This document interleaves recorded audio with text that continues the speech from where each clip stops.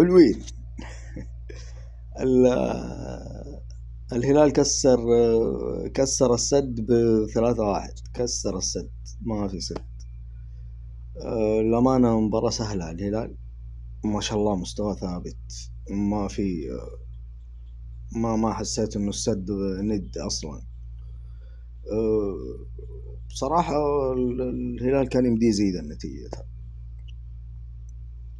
مرة مباراة سهلة للهلال والله. بس سفت يا جماعة الخير، ما شاء الله تبارك الله يا ناس. هذا بالذات سفيتش، تحسه قد ما يسوي في الملعب تحسه هو نفسه مو مقتنع، يبغى يسوي زيادة. وهذه للأمانة رغبة عند قليل لعيبة تحصلها، مو أي أحد يسوي كذا. محظوظين في الهلالية والله العظيم، محظوظين ما شاء الله تبارك الله.